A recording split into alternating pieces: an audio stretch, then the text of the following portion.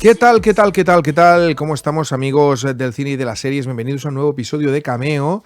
Bueno, últimamente hacemos muchos, demasiados, diría yo, pero es que hay una persona aquí en el equipo que tiene un poco de incontinencia digital y entonces tiene que ir pues haciendo todo el rato el máximo contenido posible. Motivos hay. Motivos hay. Si hablamos hace poco de las series que justamente estaban ahora como novedad, de vez en cuando hace falta mirar la vista, echar la vista atrás y ver de dónde venimos, de dónde comenzó todo este fenómeno series, seriéfilo, diría yo más bien. Y bueno, hay una efeméride que justamente se ha dado hace poco y son los 20 años de Lost.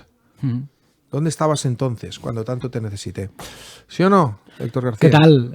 Pues sí, tengo incontinencia digital, es verdad. Generación Z, necesitamos hablar todo el rato. Venga, Generación Z no soy, pero sí que es verdad que la efeméride esta es chula porque justo hace 20 años cambió un poco la manera que teníamos de ver series. Gracias al estreno de Lost y otras series que comentaremos como Mujeres Desesperadas, Grey's Anatomy y todo esto. La verdad es que sí, para mí fue un año importante y que un poco cambió las vidas de todos, o por lo menos cómo consumíamos este tipo de producto. Yo sinceramente, luego explicaré, creo que es verdad que el fenómeno pues se desencadena en esa época, pero yo particularmente me enganché un poquito después, la verdad sea dicha. No sé, Biel Figueras, si también pues, fue siguiendo el fenómeno desde su explosión, ¿no? Sí, porque a mí ya me gustaban bastante las series, ya Los Sopranos, ya que también hablaremos también antes, CSI, que también era clásica, procedimental de finales de los 90, principios de los 2000, pero hace 20 años, o sea, la conclusión es que nos estamos haciendo muy mayores ya. Totalmente, porque de alguna manera... bueno, Lost es un poco la excusa que hoy utilizaremos, esos 20 años de perdidos de Lost, para hablar de las series de esa época, ¿no? Y referirnos un poquito a una época en la cual vosotros sois muy jóvenes, porque a ver, ¿qué edad tienes ahora? Demasiados. Tenía 19 en aquel momento. 19. 20. O sea, entonces tienes 39, obviamente. Exacto. O sea, no Le queda una semana. semana. 2. ¿Y tú qué edad tenías? También, 20. Fíjate, pues yo ya tenía 35. O sea, ya era mayorcito, para andarme con estas mierdas. Pues ahí estamos, todavía 20 años después. Bueno, oye, ¿te parece que empecemos viendo, iba a decir el opening, pero poca cosa podemos sacar de ese opening microscópico? 15 segundos. Pero bueno, aquellos 15 segundos que molaban, también. Molaban, esa música así un poco extraña. Bueno, música por llamarle algo. Venga, vamos a ello, que trae buenos recuerdos. Venga.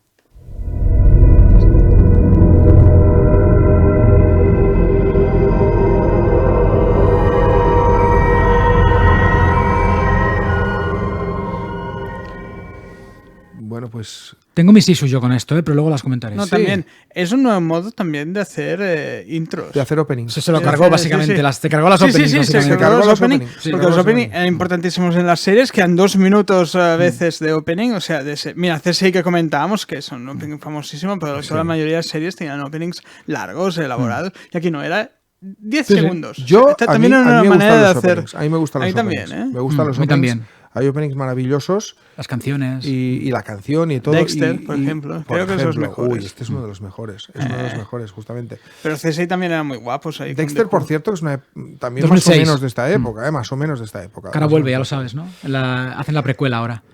No. Sí, de cuando era joven. Ya lo estamos tocando mucho. Christian Slater como padre. La secuela era buena, No, está muy bien. De hecho, mejor que la última era el final bueno de la serie. Sí. Esa está bien. Esa realmente... New Blood. Dexter New Blood respetó bastante. Respetó bastante a Dexter y a mí me gustó. La vi con fruición. Excepto que el final, bueno, sí. A mí me gusta. Yo lo encuentro bien. Sí, bien. Vale, oye, chicos, vamos a ver. Hoy contamos además con un colaborador de lujo para hablar de todo esto y se trata de Eneco Ruiz Jiménez, que creo que ya lo tenemos preparado, ¿es así? Hombre, Eneco, ¿qué pasa? Tú por aquí. Hola. Yo por aquí, sí, para hablar de 2004, que yo tengo 35 años, por cierto, así que tenía 14 años cuando se estrenó Lost. Increíble, ¿eh? Así que yo sí que empecé con esto en esa época. Qué fuerte, qué Totalmente. fuerte. Una época, iba a decir que hay una cosa que esto se ha comentado también, no voy a decir ninguna cosa nueva, pero es que es verdad. Es una época pre-redes sociales. Que esto es muy heavy. Claro, una de las cosas que marca este año precisamente es ese cambio, que ya, aunque no haya redes sociales, todo se ve a nivel global. Correcto. Porque hablabais de fenómenos como CSI o Twin Peaks, que fue un fenomenazo.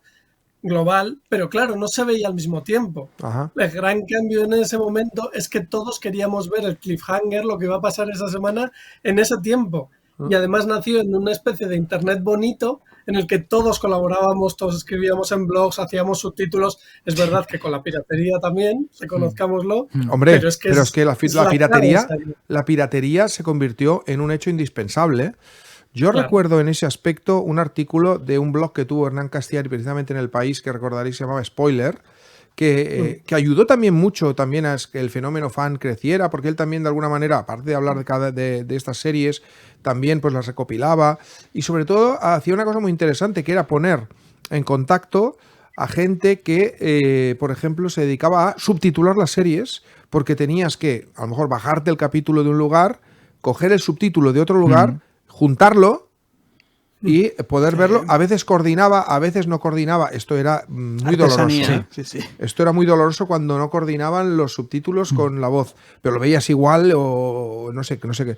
No recuerdo ahora mismo, pero es cierto que es verdad que el fenómeno global que supone aprovechar Internet también para difundir las series, desde luego es una cosa que añade también un poco algo más de nostalgia a la experiencia, pero también un poco de saber cómo consumíamos entonces las cosas. Qué difícil era y qué fácil es ahora, ¿no? Que tienes 70.000 plataformas, demasiadas quizá, pero al menos haces así, pum, y ya ves lo que prácticamente quieres ver, ¿no?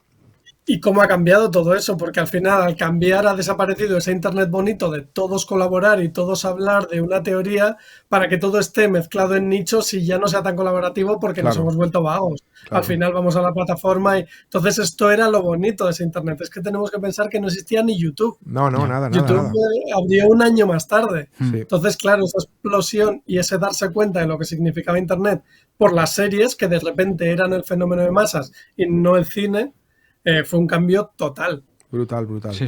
Ciertamente. No, que de hecho es que el tema de la piratería es fundamental en el tema de las series, porque seguramente si no hubiéramos tenido esta relación con ellas, porque hablando de, mira, yo recuerdo Lost y Mujeres Desesperadas se estrenan en Estados Unidos en septiembre de 2024 y aquí llegan en junio de 2005, en un verano que se echaban en la 1, creo que eran martes y jueves, martes Mujeres Esperadas y jueves Perdidos, y era como te echaban 2 capítulos seguidos, que era, bueno, tengo estas series compradas, pues cuando acaba la temporada regular hay que ponerlas.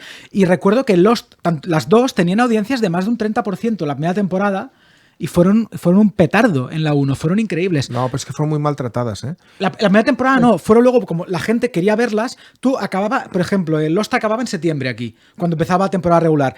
Pero claro, y el que se quedaba con el cliffhanger de la escotilla pensaba, joder, ahora me tengo que esperar un año para verla. Claro. Entonces, en la 1 dejaban de ponerla. Te la ponían al año siguiente, claro, la gente no iba a esperar un año a verla. Esta serie yo recuerdo que la habían pasado también en la 2. La segunda temporada la pasaban en la 2. En la 2, que yo, de hecho, esta serie al principio no la descubrí. Yo digo que yo me sumé a este fenómeno más tarde y yo no la descubrí y justamente recuerdo que daban, no sé si a la hora chanante o Muchachada Nui. La hora chanante. Una de las dos, sí. La daban después de Lost. Sí. No, entonces Muchachada. Era Muchachada, porque yo creo que Hora Chanante fue en plataformas. Fue en Movistar, en Paramount. Da Muchachada de Plutón Verbenero de Alex de la Iglesia. Exacto. Entonces yo cogía sí. Y como no sabía un poco de qué iba, ni estaba metido en el fenómeno Lost ni nada, recuerdo perfectamente que digo, hostia, ¿cuándo se acaba esto? Que quiero ver el capítulo de Muchachada Nui. Y después no, después cuando descubrí Lost resulta que me estalló la cabeza como a todos los que ya os había estallado antes, ¿no? Con ese ojo de Jack mirando aquí, ¿qué ha pasado? Dios mío. Sí. Sí, es que es muy increíble porque claro, tampoco es una serie que pudieras pillar así por así, como dices Correcto. Tú en un momento dado, como podía ser CSI. Y esto era algo raro en un fenómeno de televisión en abierto, porque es verdad que Los Soprano, A 2 metros bajo tierra, Sexo en Nueva York, habían allanado ese terreno, pero no dejaba de ser cable, no dejaba de ser una cosa minoritaria. HBO era una televisión que ni siquiera ellos se clasificaban como televisión, pero esto era televisión pura y dura, lo que pasa que lo cambiaban las reglas, lo hacían serializado.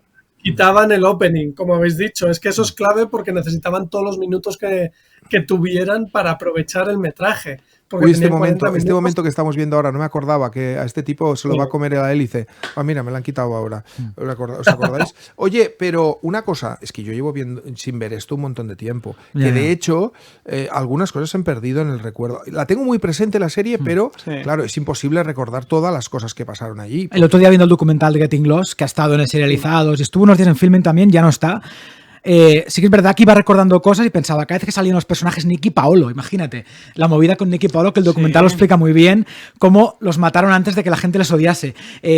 Todos esos personajes, por ejemplo, Emily de Rabin, Maggie Grace, que sale mucho, los hermanos Boone, y no recuerdo cómo era la hermana, que era Maggie Grace. Era increíble todos esos personajes que te dejaron loco. O sea, y vas recordando cosas, los osos polares, todo. Es increíble. El capítulo de todo John Locke, que era un personaje maravilloso, era como... Y salí del documental pensando...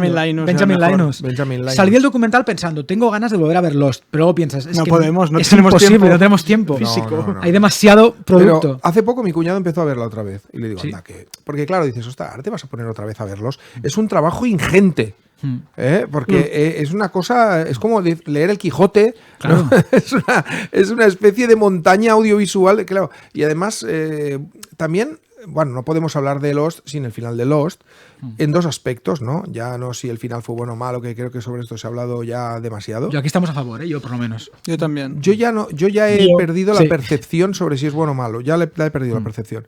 Lo que sí quería comentaros, en Eco, es que hablando de fenómeno fan y que acompañó pues a Lost, hombre, que el visionado del último capítulo se fuera simultáneo en Estados Unidos y aquí, claro, esto es muy bestia. Luego, ya sabemos en 4, aquella tertulia infame que hubo después, que era para asesinarlos a todos, que demostrando que pese a que habíamos hecho una cosa moderna, seguíamos siendo casposos, porque en España, chico, somos así. Y también era el primer año de 4, diría. O estaba por ahí. No, era 2010. 4 empieza en 2006. Ah, vale, es verdad. Cuando el Mundial de 2005, perdón. Cuando el Mundial de Alemania empieza la sexta. Oye, que hable en Eco, porque parece que ya le hemos traído para que nos vea. Sí, para que comentemos las cosas. No, la historia es que además 4 empezó con House y Anatomía de Grey, que son dos de estas series de esta temporada también. Y a ellos les triunfaron muchísimo cuando las series internacionales normalmente en la tele española no triunfaban así. Y 4 encontró este caliz y entonces se aprovechó de ellos, que eran series de médicos mucho más costumbristas, pero también con cosas distintas y que en esta temporada se desarrollaron bien. Es verdad que el final de Perdidos nos juntó a todos. Joder, es que yo recuerdo, yo estaba de Erasmus y nos juntábamos todas las semanas para ver Perdidos en directo. O sea, era un fenómeno tan global que era lo que te unía a todo el mundo y eso no había pasado nunca y esa cercanía de tenerlo. ¿Qué pasa con ese final? Que precisamente describe muy bien lo que fue el fenómeno. Porque como todos opinábamos, todos hablábamos, todos lanzábamos teorías y antes hemos dicho lo de Nicky Paolo, que al final, por lo que decían los fans, los propios guionistas fueron cambiando los guiones porque lo que veían que gustaba lo cambiaban, lo que veían... Ese final ya lo habíamos anticipado todos. Ya se había contado esa teoría desde la primera parte. Entonces, gran parte de la culpa de que nos gustara el final era porque todas las teorías que habíamos hecho no encajaban en eso y nosotros queríamos ver la película que nos habíamos montado en nuestra cabeza.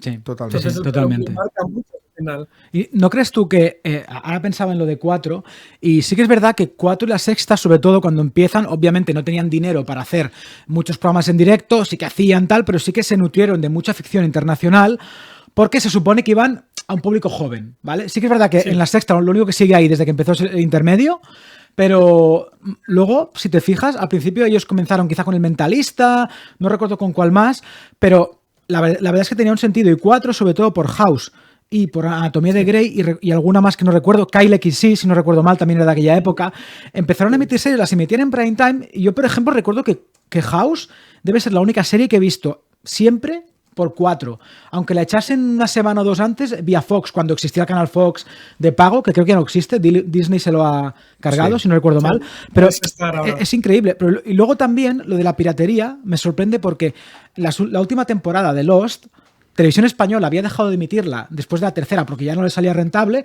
y nosotros la veíamos o pirata o bien por Fox. Pero 4 lo que hace antes, un verano antes de que empiece la última temporada, la compra, la remite por las tardes y luego mete la última temporada en prime time. La hacía al día siguiente de Estados Unidos, es decir, si ahí se emitía a las 3 de la mañana, aquí la metían a las 10 de la noche. Pero aún así fue un fracaso.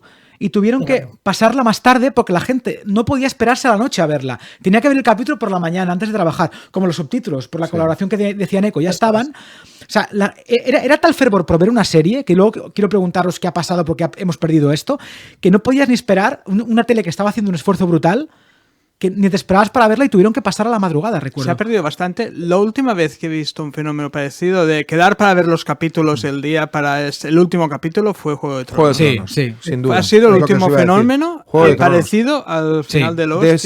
De efervescencia, no me saldrá la palabra, efervescencia. Catalata. Similar, desde luego, sin duda. De tema de cosa popular. De culto, ya, sí. Y de que se haya convertido, bueno, recuerdo, por ejemplo, hasta son chorraditas, ¿no? Por ejemplo, aquí en España, Movistar hizo una campaña regalando banderas de qué casa eres. Sí. Bueno, pues ese tipo de cosas que trascienden ya y que se convierten en absolutamente públicas y que hoy en día que todo el mundo ve cosas, cada uno en su plataforma, está toda tan atomizada, pues que haya ese tipo de cosas que concitan una especie de... y nos convierten a todos en una máquina de café global, es decir, que todo el mundo comenta lo mismo en los mismos sitios sobre las mismas cosas, eso es muy difícil, muy complicado.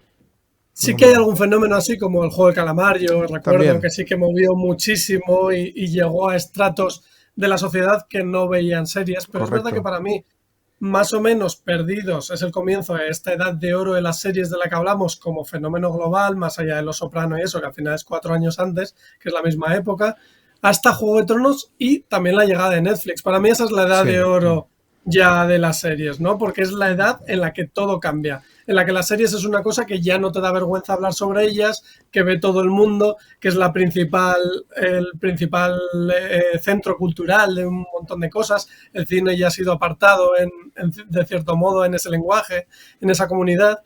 Y es lo que toda esta época lo convierte, pero es que el año 2004 tenemos que tener en cuenta que nada se emitía por internet. Entonces, decíamos cómo cambió 4, pero cómo cambió las teles estadounidenses también, porque de repente los ejecutivos se dieron cuenta de que la gente quería volver a ver esos episodios. Entonces, ¿qué hicieron? En 2004 lo cuenta Bill Carter en un libro que es buenísimo, que se llama Desperate Networks, y dijeron, tenemos que poner los capítulos de Mujeres Desesperadas y Perdidos, que eran sus dos grandes fenómenos, 20, 30 millones de audiencia cada semana, una locura, ahora ya nadie hace ni 10.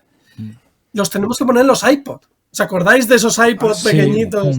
Salían todas las semanas un episodio de Mujeres Desesperadas y Perdidos por $1,99, que es una barbaridad. Solo un episodio para ver en esa pantallita. Y eso pasó el año siguiente a que se estrenaran, porque dijeron, tenemos que empezar a hacer algo, tenemos que empezar a transformarnos. Esto que ha durado 50 años va a cambiar. Y eso lo vieron con estas series fenómeno.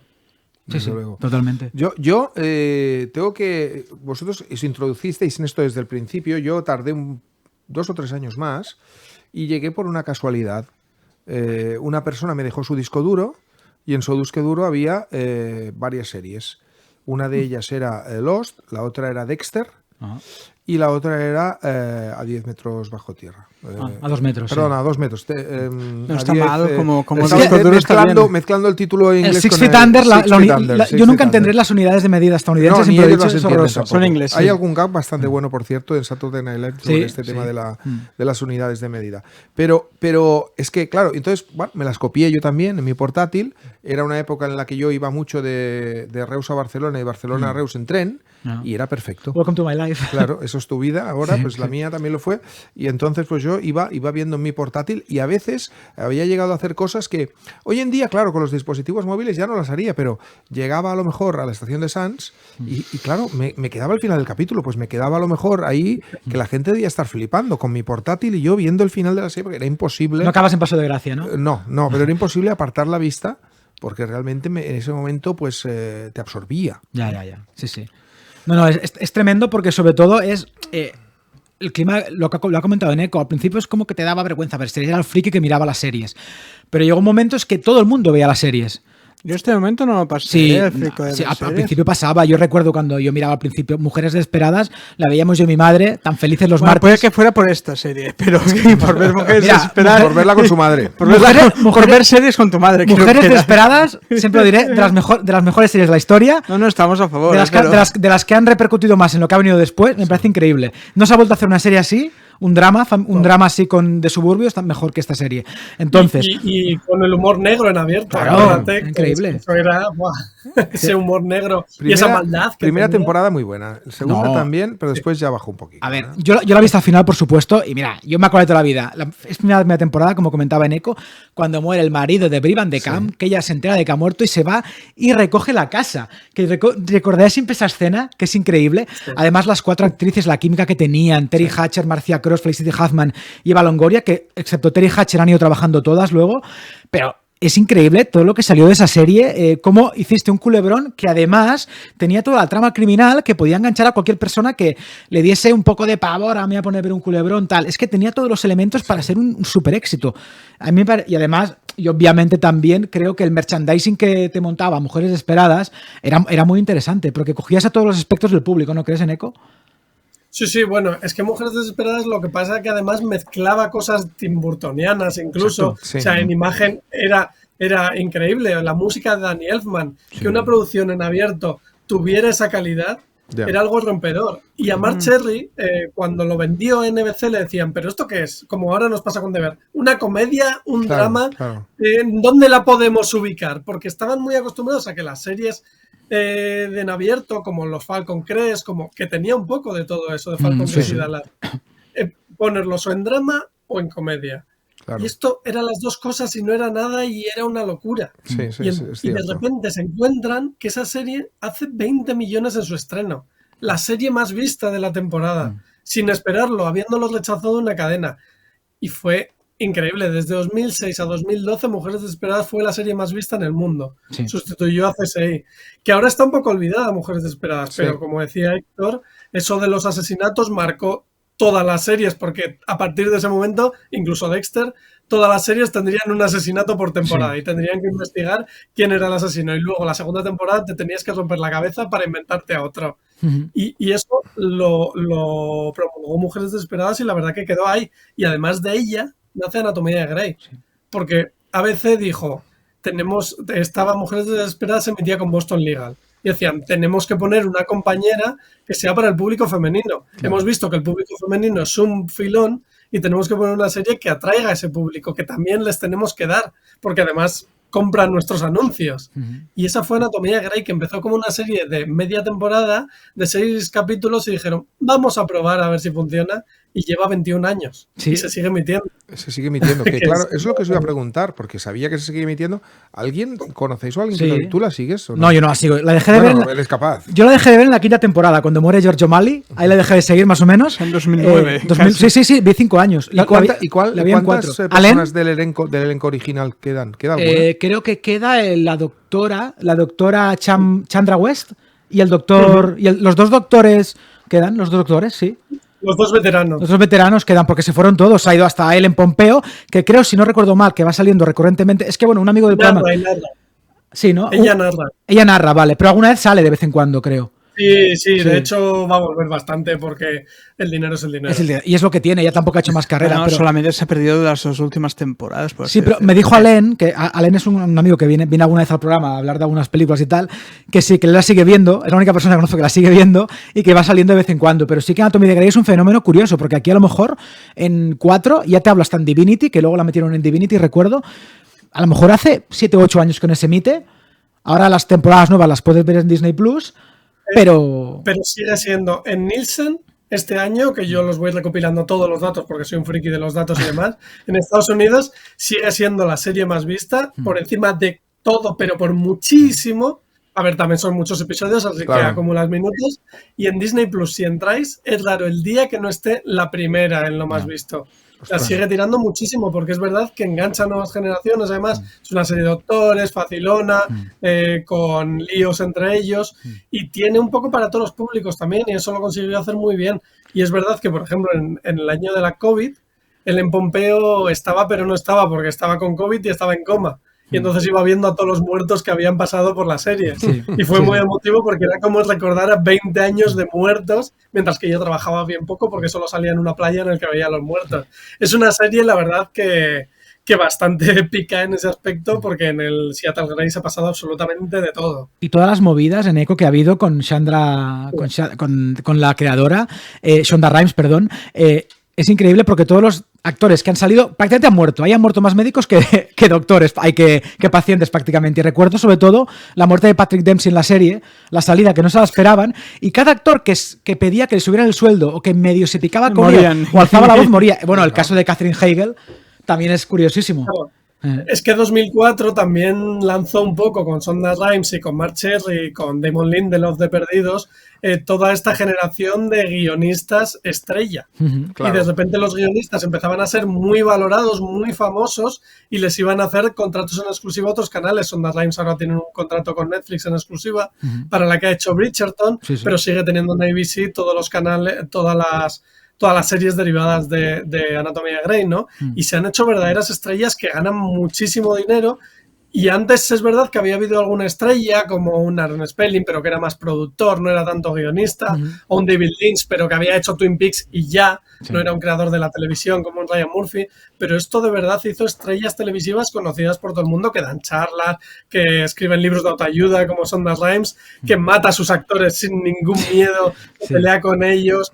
De repente le hacen un documental porque una guionista dijo que tenía cáncer y entonces se metió como guionista Anatomía de Grey, experta en cáncer, ahora le han hecho un documental. O sea, hay todo un Qué locura. de guionistas que es flipante. Y eso es lo que trajo 2004 también, toda esta industria televisiva como algo a lo que mirar. Ya no, tú decías, nos miraban como frikis, más que como frikis yo creo como algo menor.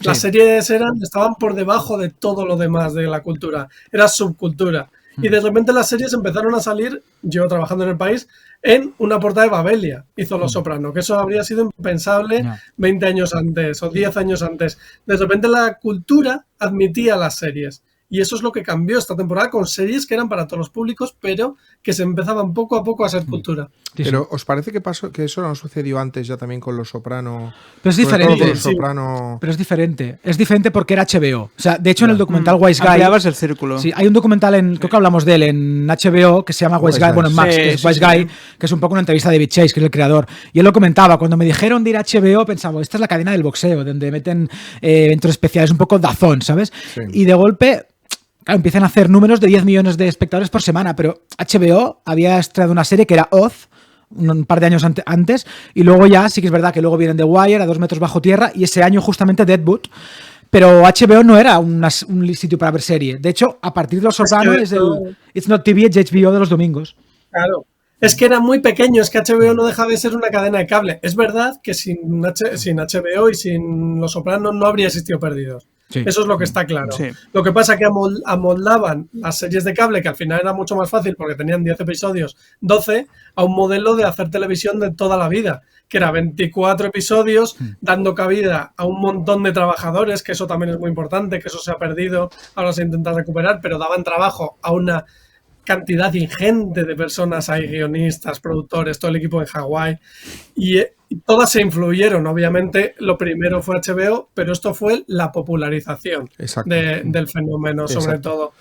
Y luego lo que hizo muy bien Perdidos, que ahora se nota, es la diversidad en su reparto, que luego ha sido muy criticada porque los personajes afroamericanos sufrieron, les pusieron como estereotipos, pero tenía un reparto que de repente había subtítulos en coreano, que eso para las series entonces era impensable. Había una diversidad tremenda.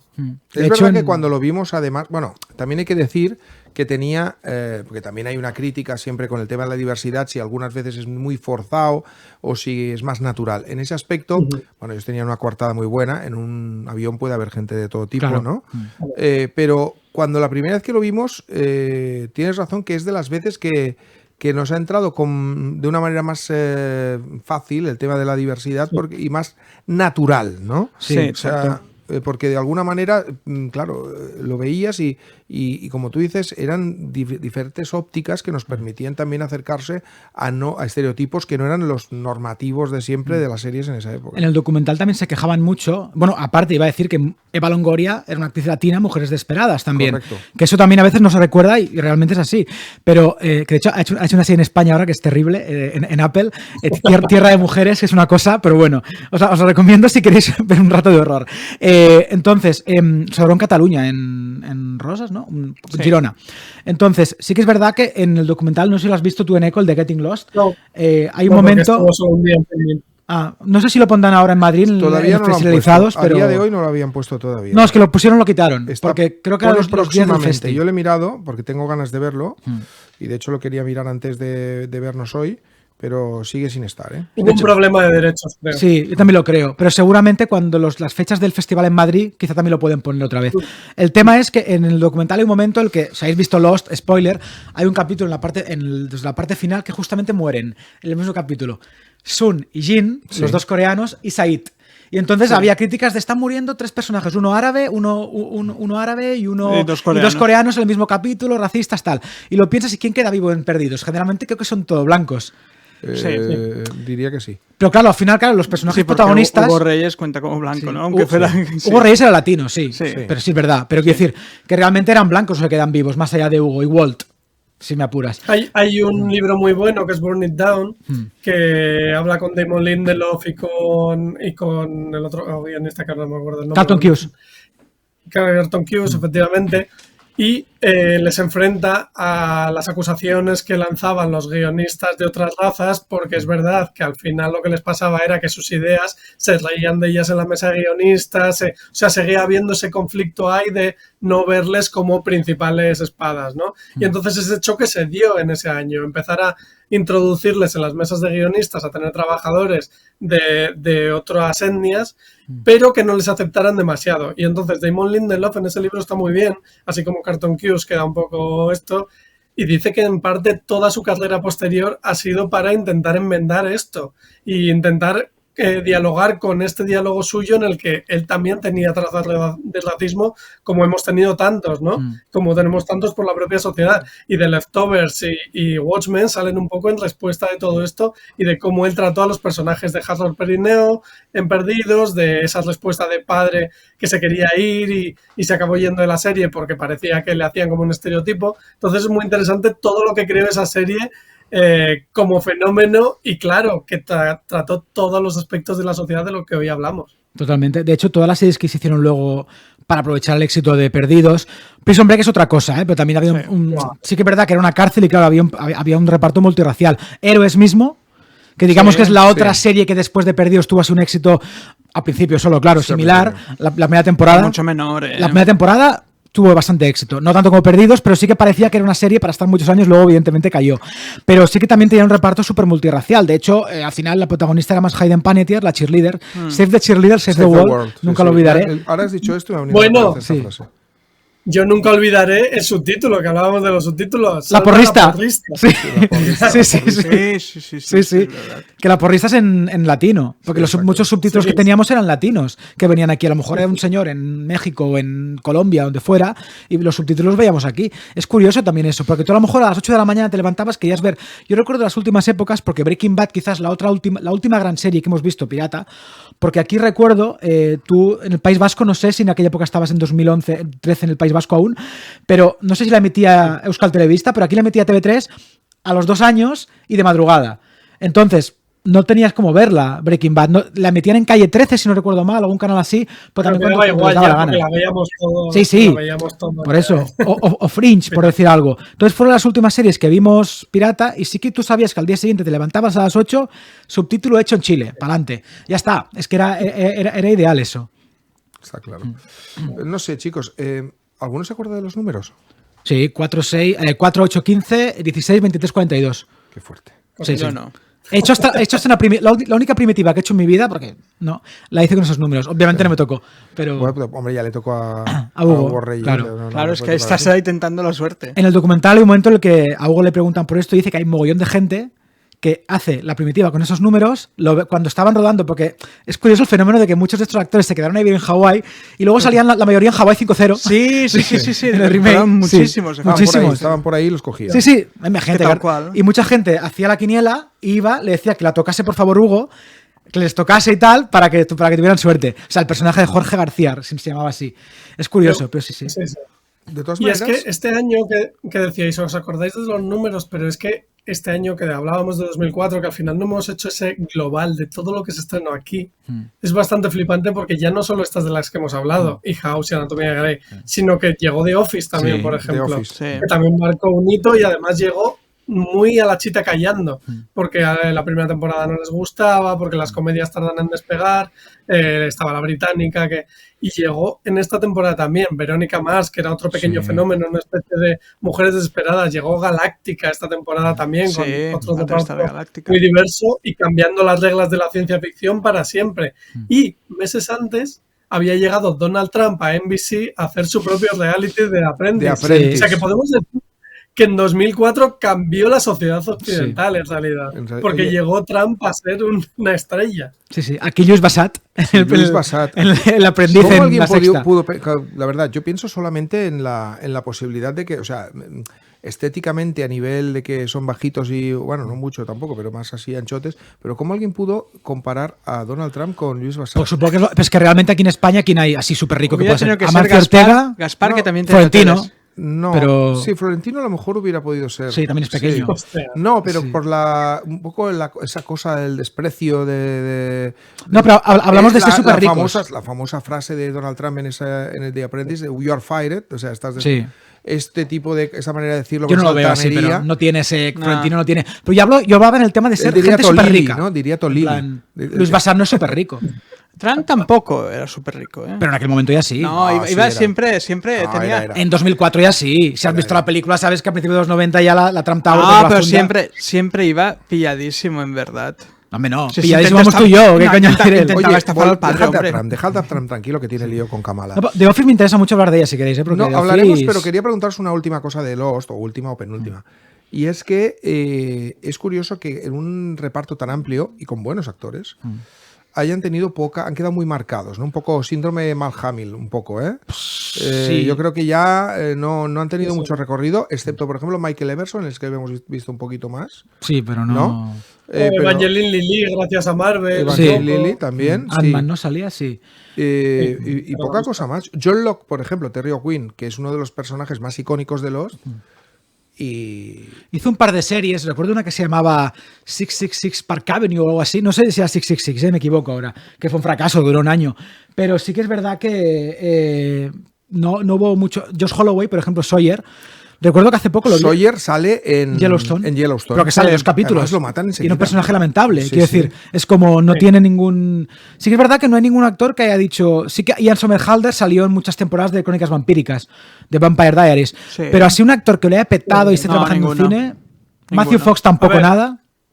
Es difícil, bueno, ya sabéis la historia de que en el primer capítulo de Lost, Jack, que le iban a matar en el primer capítulo, iba a ser Michael Keaton, por lo que habrían hecho también esto de la estrella que salta a la tele, que no se hacía tanto en esa época.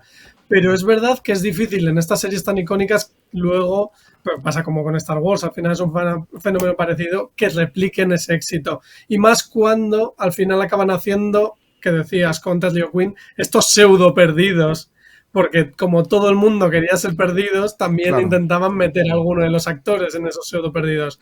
Y es muy difícil para ellos triunfar después. Es que luego salieron tantas series de estas que querían ser perdidos, pero que no les llegaban a la suela de los zapatos, que claro, cuando se metían en un proyecto así como Sonia Walger, también Penny, también hizo alguna serie de estas. Flash Forward. Flash Forward, claro. Era la prota, sí. Claro, y dices, pero claro, no has decidido seguir el mismo camino porque era lo que te ofrecían y así solo lleva al fracaso. Tendrían que haber hecho algo mucho más diferente. Tampoco eran grandes actores, no lo neguemos. Bueno, y te vas a reír, pero recuerdo ahora estaba pensando en Flash Forward, en la segunda mitad de la temporada fichan a ¿cómo se llama? El que hacía de Charlie, Dominic, que era un hobbit también. Sí, Dominic Monaghan. Dominic Monaghan lo fichan como gran fichaje para la segunda parte de la temporada, cuando ya estaba la serie perdida. En plan, ya esto nos remonta. Que fue una serie que recuerdo 4, la compra antes de estrenarse en Estados Unidos, porque emitieron el capítulo de Fast Forward la noche antes en mayo, lo emitieron en mayo, el piloto. En plan, unos días antes de Perdidos o la misma noche, para decirte, esto va a ser la nueva Perdidos. Sí. De la anterior temporada, recuerdo. Y recuerdo que, claro, ya la 4 la compra, la empieza a emitir también a la vez que en Estados Unidos, pero claro, fue un desastre absoluto. Con Joseph Fiennes, un actor que, bueno, claro.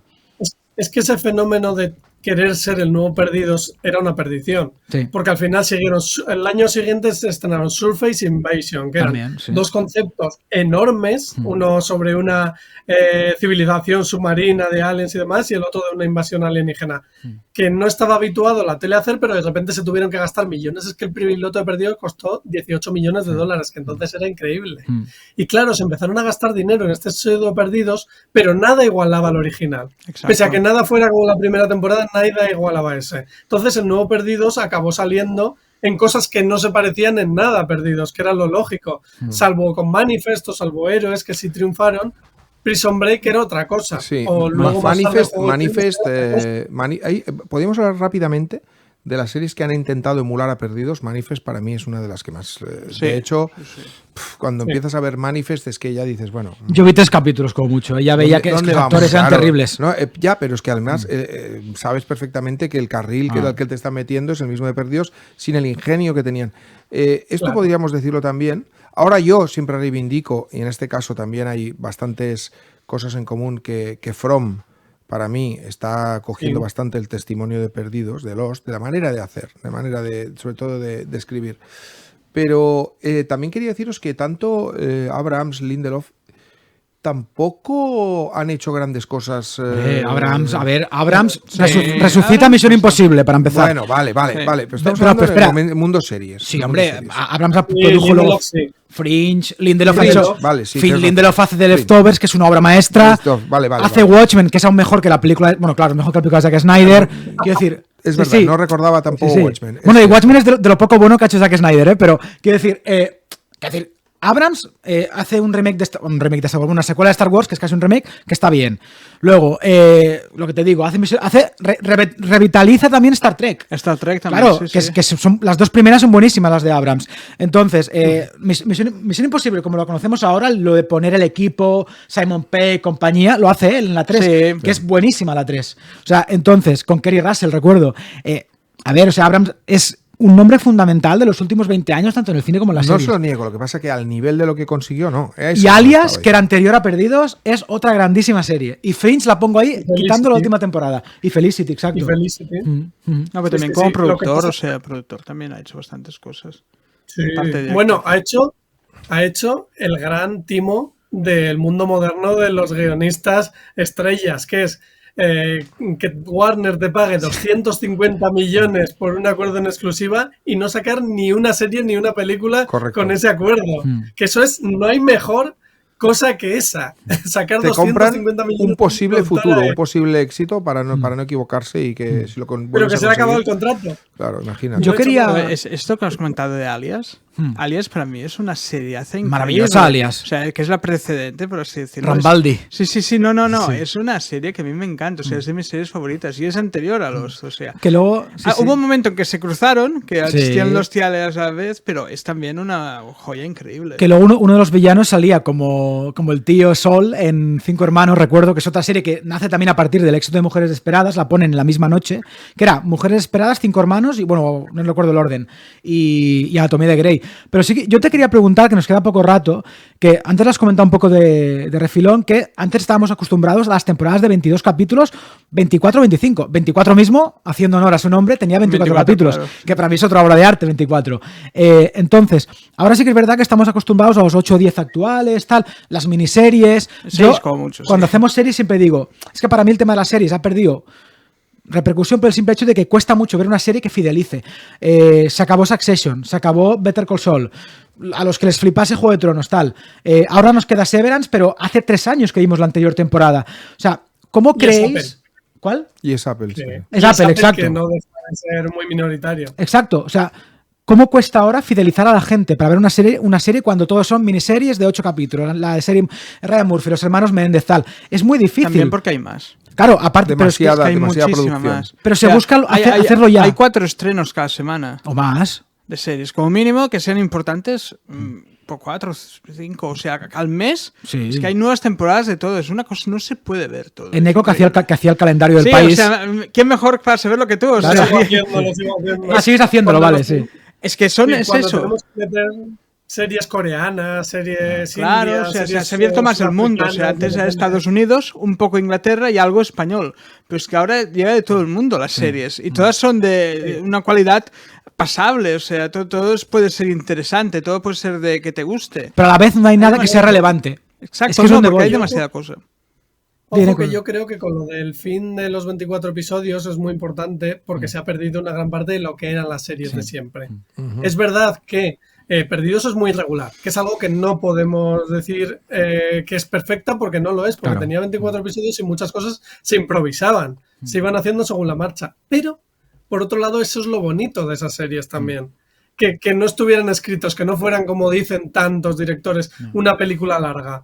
Que fuera haciéndose mientras la audiencia lo iba viendo, iba cambiando. Y eso también hace del fenómeno, porque la audiencia tiene un diálogo con ella y va cambiando algo que es lo que diferencia las series del cine.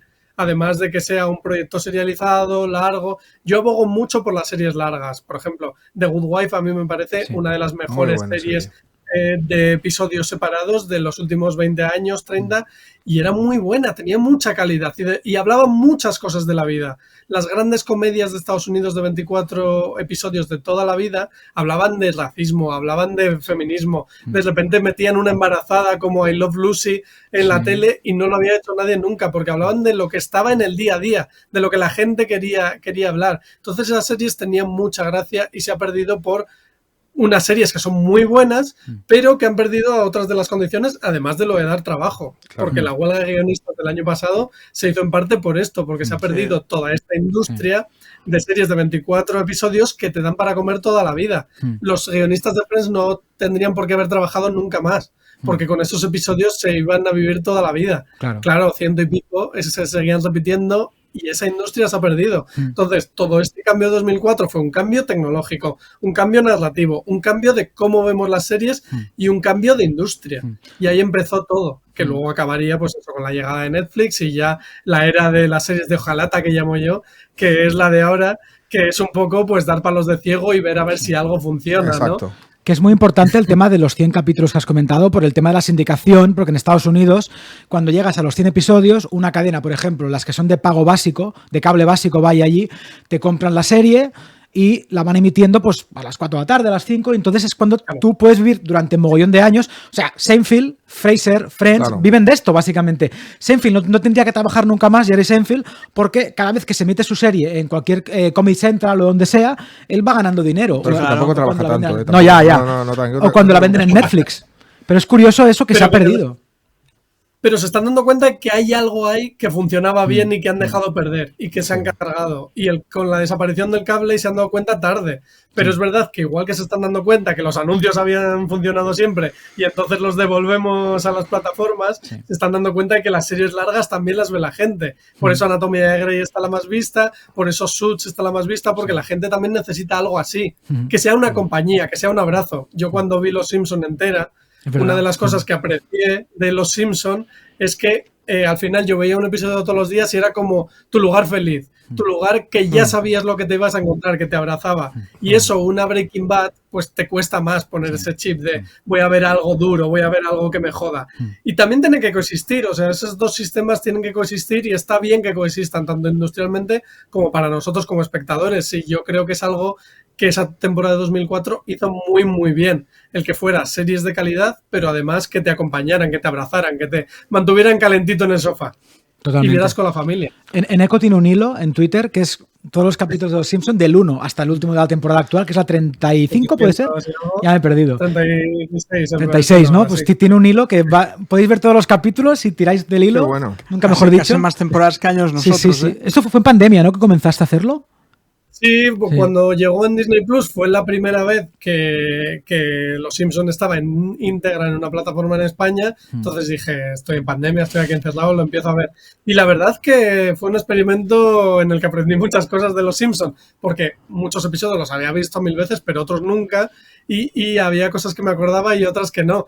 Y la verdad que es una experiencia y he de decir que las últimas temporadas son bastante buenas. Sí. Pese a que haya un tramo ahí de 10, 15 años que son lamentables, sí, pero que son 10, 15 años en una serie de 36 años. Claro. Sí. ¿Cuántos capítulos hacías al día? Uno. Uno al día. Tiene más mérito. O sea, está bien no seguir ahí 3 años viviendo capítulos de Los Simpsons, ¿eh? No tiene mucho mérito. Es guay, ¿eh? Sí. Se prevé, ¿no? El final de Los Simpsons. ¿Hay algo en el horizonte? El otro día leí que de momento no estaba renovado oficialmente, pero bueno, supongo que llegará. ¿Por qué? Sí, continúa dando dinero. Yo tengo esta temporada ha empezado con el final. Esta temporada ha empezado con cómo sería un final de Los Simpsons. El primer episodio es buenísimo y hacen con todos los tópicos de las series. Bart cumple años por primera vez en la historia, cuando son 10 años creo, y entonces, o 11.